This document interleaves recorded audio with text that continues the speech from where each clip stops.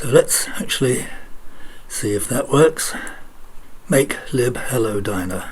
We've got lib hello dyna dll.dll.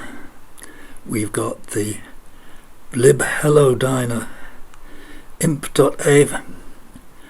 So we've got this strange thing called lib hello dyna.def.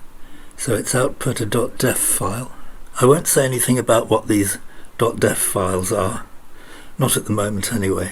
But we've got our lib hello dyna imp.a and our dll.dll. So let's see if we can build executables by linking hello.f to these libraries. So now I've added these two lines to the Makefile.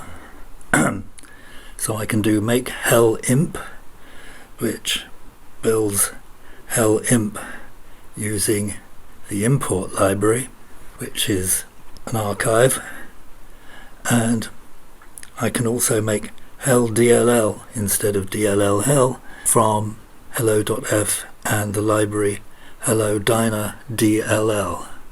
So that's built in this part of the command. Now let's do make hellimp. So I've done make hellimp, but it can't find the import library, and that's because I've forgotten to do this. Hellimp make LDLL. We've got the import library archive, we've got the static library archive, and we've got the lib hello dyna dll.dll, and we've got these executables. Let's see if they work. Hellimp hell dyna. So they all work fine. We've actually built DLLs and static libraries. The only thing is we're not at all finished. What we need to test is whether we can successfully get data in and out of our archive libraries and our DLL libraries, whether we use an import library to access the DLL or not. You will have noticed that no data is passed to either of the two functions, and no data is passed to the subroutine. So what we're going to have to start doing is getting data into fun1, fun2 and the subroutine, and then testing whether the data is passed in and out of the libraries successfully. To complicate matters, there's more than one way of getting data into the functions and subroutines, so they'll all have to be tested, which is why I told you you'd be sick of hello by the end of it all. In the next video we'll make a couple of diversions. You remember that gfortran -shared creates a shared object or direct link library, and AR created a static library. We'll be having a look at the practical difference between those two kinds of libraries at the beginning of the next video, and then we shall move on to something called compiler directives. The reason I'm doing it in the next video is that we'll actually need some compiler directives when we're moving data in and out of the DLL, at least under some circumstances.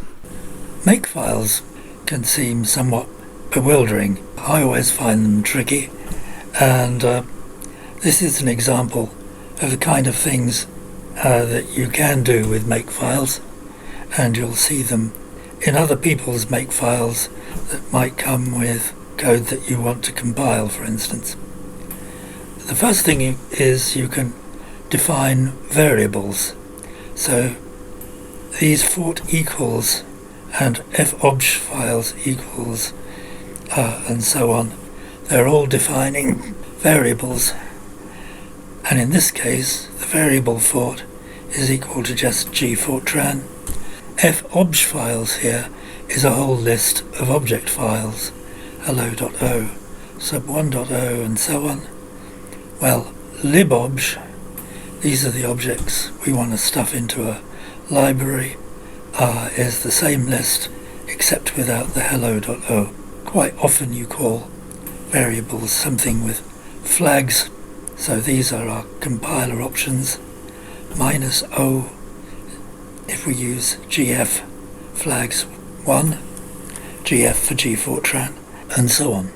So this is how you evoke those variable names.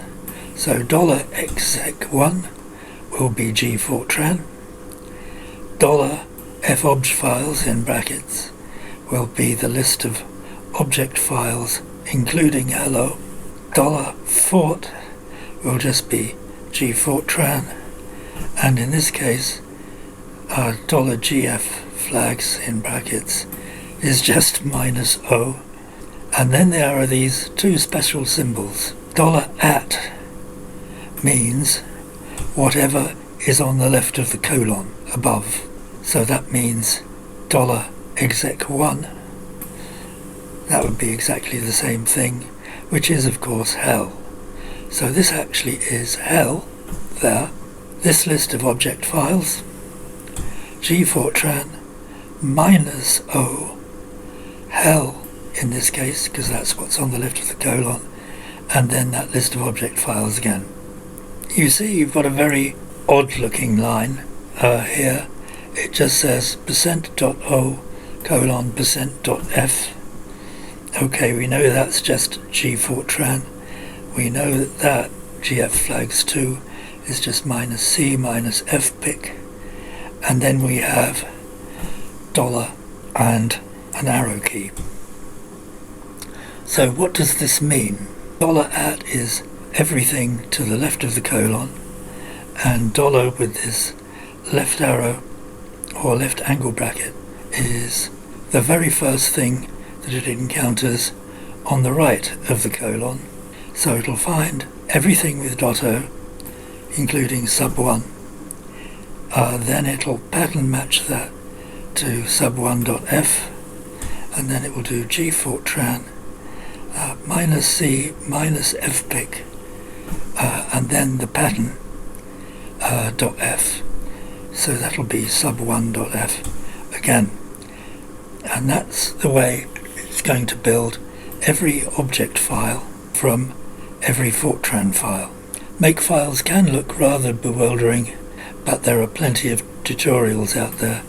I'll be sticking to the simple Makefile that we had earlier on for the rest of these tutorials, in which everything is completely spelled out for you.